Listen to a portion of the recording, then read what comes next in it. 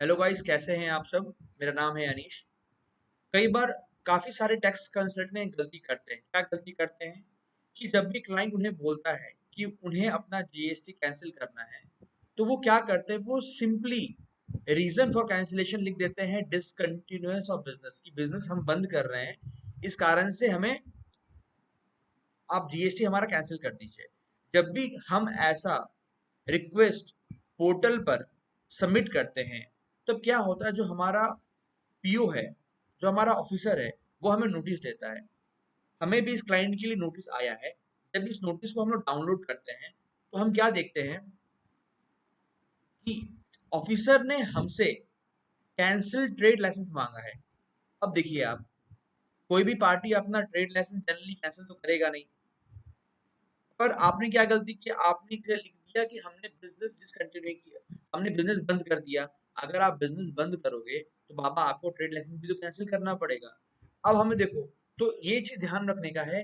कभी भी अगर आपको ये लगता है कि आपका टर्नओवर या आपको रिक्वायरमेंट नहीं है जीएसटी का, या आपका टर्नओवर बहुत कम है, आपको जीएसटी कैंसिल करना है, तब हमेशा आप रीजन अदर ऑप्ट करो। जब भी आप जीएसटी का फाइलिंग करते हो कैंसिलेशन के लिए, तो यहाँ ऑप्शन आता है, रीजन क्या है, रीजन फॉर कैंसिलेशन क्या है, कि बिजनेस बंद कर दिया इस कारण है, कि डेथ है, कि अदर्स रीजन है। तो अदर्स में जाकर आप लिखो हमेशा कि रीजन क्या है, एक्चुअल में रीजन कैंसिलेशन का क्या है, कि आपका टर्नओवर कम है, इस कारण से आप कर नहीं पा रहे हो। तो इस केस में भी हम क्या करेंगे, इस केस में भी हम सेव एंड कंटिन्यू करेंगे फॉर्म को, जो भी सामने वाले ने भरा है। और हमने क्या देखा यहाँ पर, कि यहाँ पर इन्होंने मांगा है please submit copy of cancel trade licence. पर हमारे पास तो कैंसिल ट्रेड लाइसेंस है नहीं, क्योंकि बिजनेस तो हम कंटिन्यू कर रहे हैं। तो हम क्या क्या लिखेंगे, इसमें क्या रिस्पॉन्स करेंगे। अब इसमें रिस्पॉन्स ये कर सकते हैं। पहला,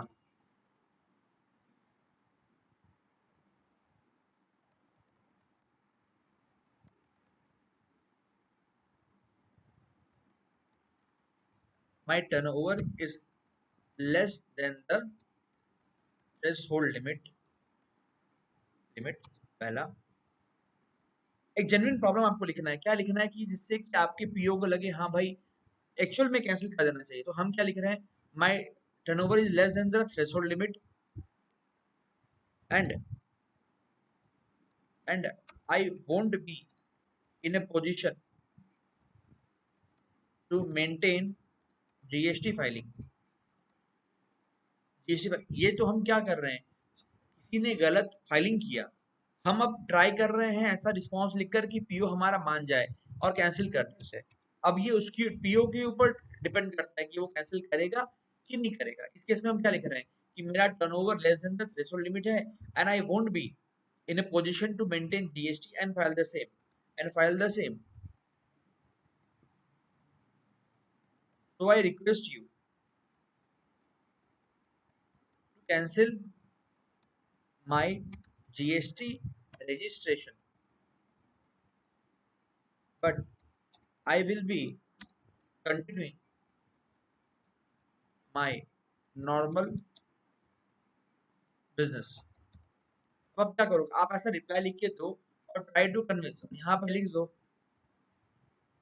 बस यहाँ पर नॉर्मल आप लिख के दो, और यहाँ पर टिक मारो कि हाँ डिक्लेयर करो आप जो लिख रहे हो सही लिख रहे हो। एग्जाम्पल कैलकाटा, और सबमिट विथ ईवीसी। अब ओटीपी, आपके फोन में ओटीपी आएगा, आप उस ओटीपी को यहाँ पर डाल दो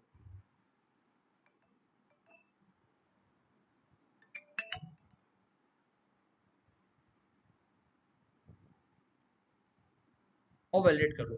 देखो, हमेशा ध्यान रखो कि जब भी आप किसी का जीएसटी कैंसिल कर रहे हो, तो रीजन प्रॉपरली जानो कि रीजन क्या है। कि आप अगर आंख बंद करके फाइलिंग करोगे कि डिसकंटिन्यूएशन ऑफ बिजनेस, बिजनेस बंद कर रहे हैं, तो definitely they will ask for trade licence, और फिर आप बाद में कैंसिल ट्रेड लाइसेंस प्रोवाइड नहीं कर पाओगे। तो फिर अल्टीमेटली क्या होगा, आपको ये रजिस्ट्रेशन कंटिन्यू करना पड़ेगा। तो गिव अ लॉजिकल रीजन कि सामने वाला भी कन्विंस हो जाए। Thank you. अगर आपको और भी कोई क्वेरीज हो तो feel free to ask me. Thank you.